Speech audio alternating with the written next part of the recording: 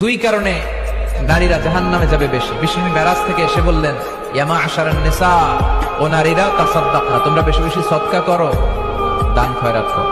নারীরা বললেন কেন? আমাদের বললেন কেন? বিষ্ণু বললেন, উরিতুকুন্না আকসারা আহলিন নার, আমি জাহান্নামে দেখেছি পুরুষের চেয়ে নারীরাই বেশি জাহান্নামী হবে।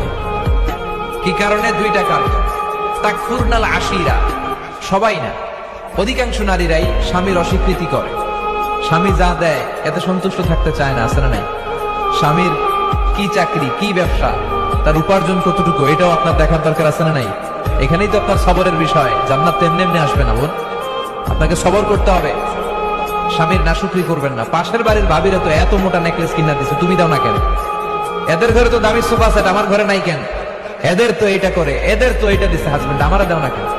এই যে নাশুকরি, এটা তাকে জাহান্নামী বানাবে।